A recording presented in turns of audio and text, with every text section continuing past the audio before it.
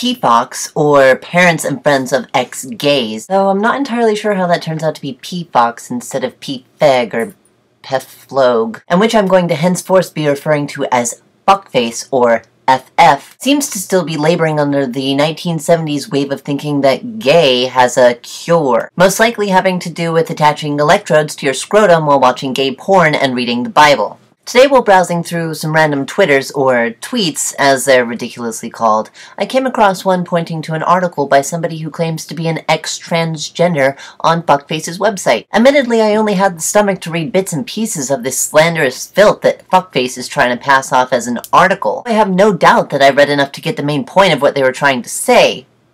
So here it is in short.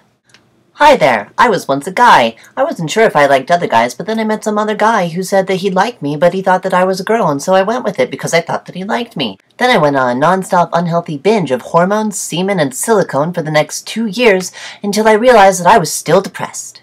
And that's when I found Jesus.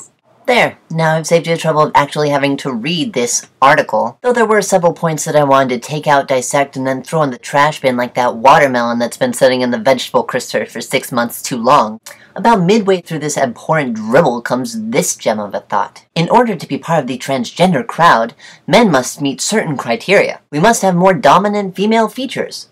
In other words, looking more like a woman than an actual woman. So we had to have bigger breasts, shapelier hips, and flawless complexions, etc. In order to keep up, I had to buy the most expensive creams and keep up a regimen of hormones. I had to do my makeup in front of the mirror for hours. Etc. How many times are you going to use etc.? Really? Twice?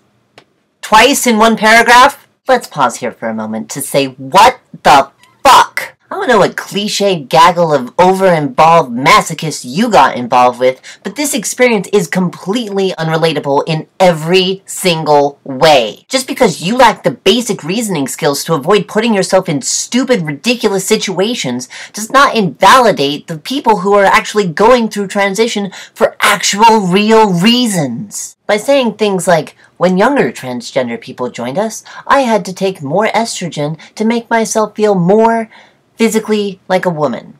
Even though this increased dosage made me feel physically ill. You only prove that you're a lunatic who made a stupid mistake. That's it.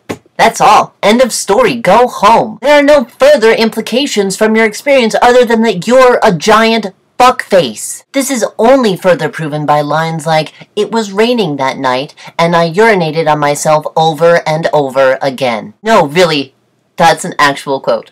Apparently, after repeated urinations, which can only be described as an attempt to get sympathy from hobos, this person decided that it was time to change their life. What exactly about urinating multiple times on yourself in public gave you the feeling that you needed to change your life? The author begins to conclude by saying, no one would reach out to me, so I reached out to Christ and stopped taking hormones. Well, maybe if you hadn't been out pissing on yourself all night for fun, people wouldn't have been avoiding you because you smelled like, wait for it, piss!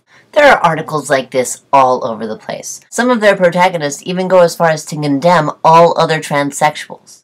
I guess they assume that just because they're a giant fuckface, everyone else they met on their journey must be a giant fuckface too. This is the equivalent of driving down the freeway and getting in a wreck, and assuming that everybody else driving on the freeway is also getting in a wreck. It just doesn't make sense. Eventually, this person goes back to living as a man.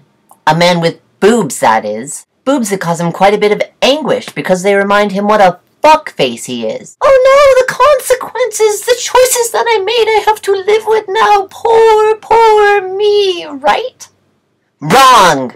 This mooch goes out and finds a nice rich Christian woman to pay for his breast removal through the fuckface website. Almost like a, wait for it, whore. Because last I checked, going online and selling yourself to get plastic surgery was what the adult section on Craigslist was for. So the moral of the story, at least from what I get, seems to be that you can be a total fuckface. But don't worry, you can always mooch your way out of it. For stories and videos like this one, visit my website, Grishno.com. Well, that was good.